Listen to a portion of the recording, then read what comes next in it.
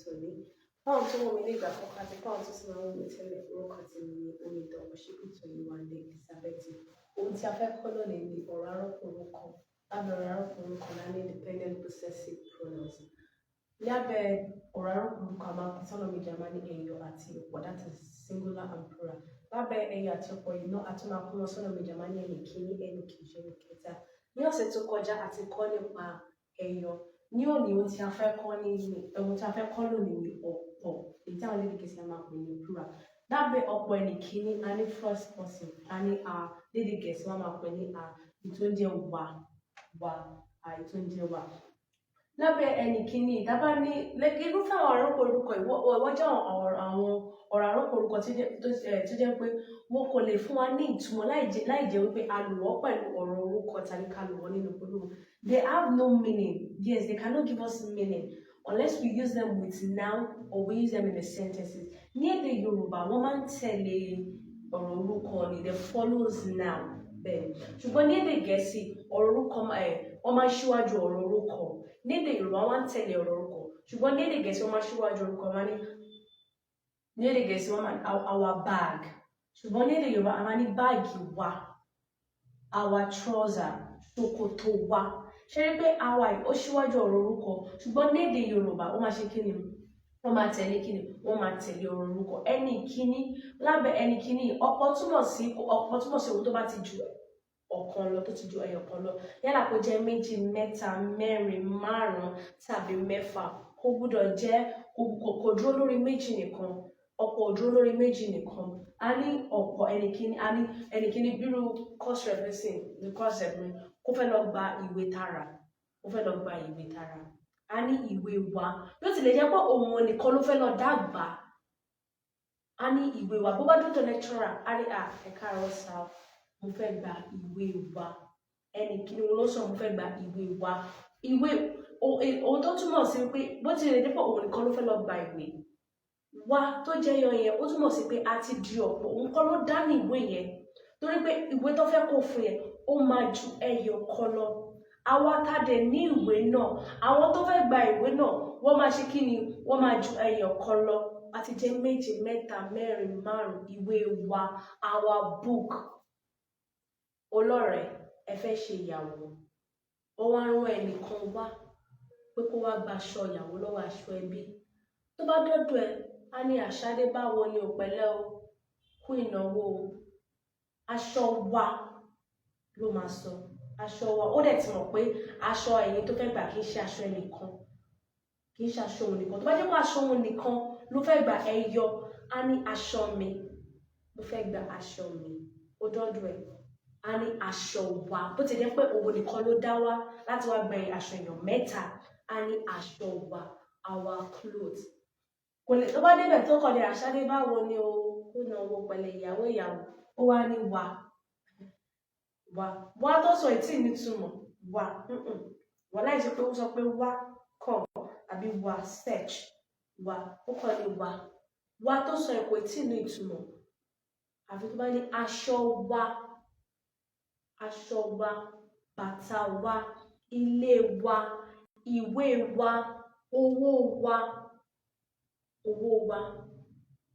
wa, kíkọ́ ṣe kókó wa jẹ. Tí bá débẹ̀, mo lè lówó wa dà. Where is our money? Owó wa.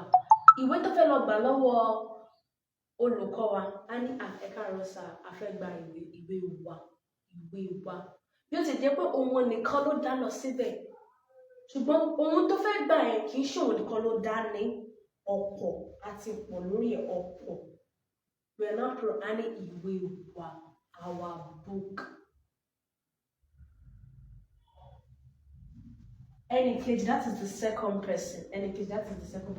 A ní yọ, lédè Gẹ̀ẹ́sì wá ní yin. Mo ti ṣàlàyé fún wa pé fífọ ọmọ wọn ti fàgbàlagbà tó bá jẹ́ ẹyọ, a ní yin.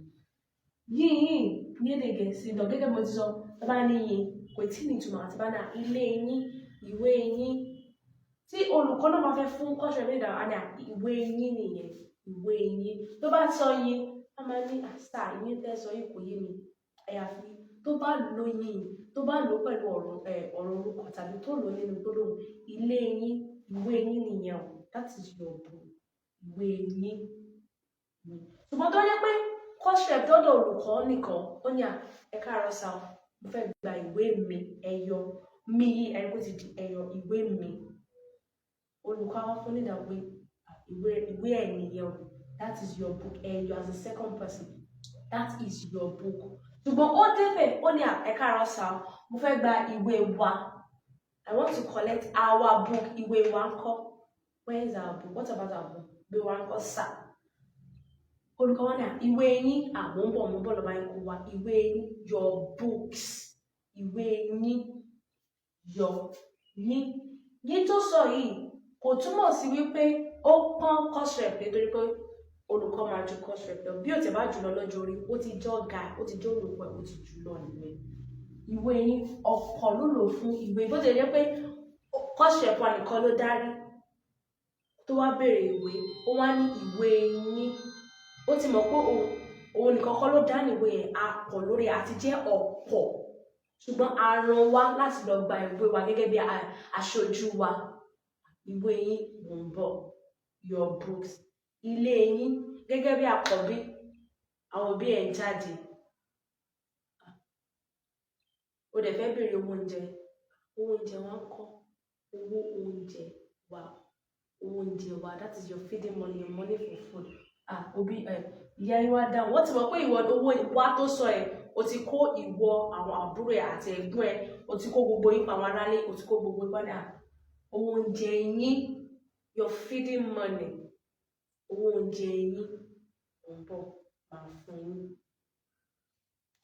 ẹlẹ́ẹ̀kejì tí mo tún fi ṣàpẹẹrẹ ni mo ní ọ̀rẹ́ tó fẹ́ wá kí mi nínú hostel ajẹ́ méjì tá à ń lo best space èmi àti Jùwọ́n à ń lo best space Jùwọ́n Bonafide in his quarter ó sì fẹ́ wá kí wa bó ṣe wá kí wa ló wọlé sínú hostel ó dẹ̀ mọ̀ pé bóun ṣe wọlé pé ẹ kó jókòó sí ibi tó bá wọn àfi àyè ẹni tó bá wá kí ó máa bẹ̀rẹ̀ lọ́wọ́ pé best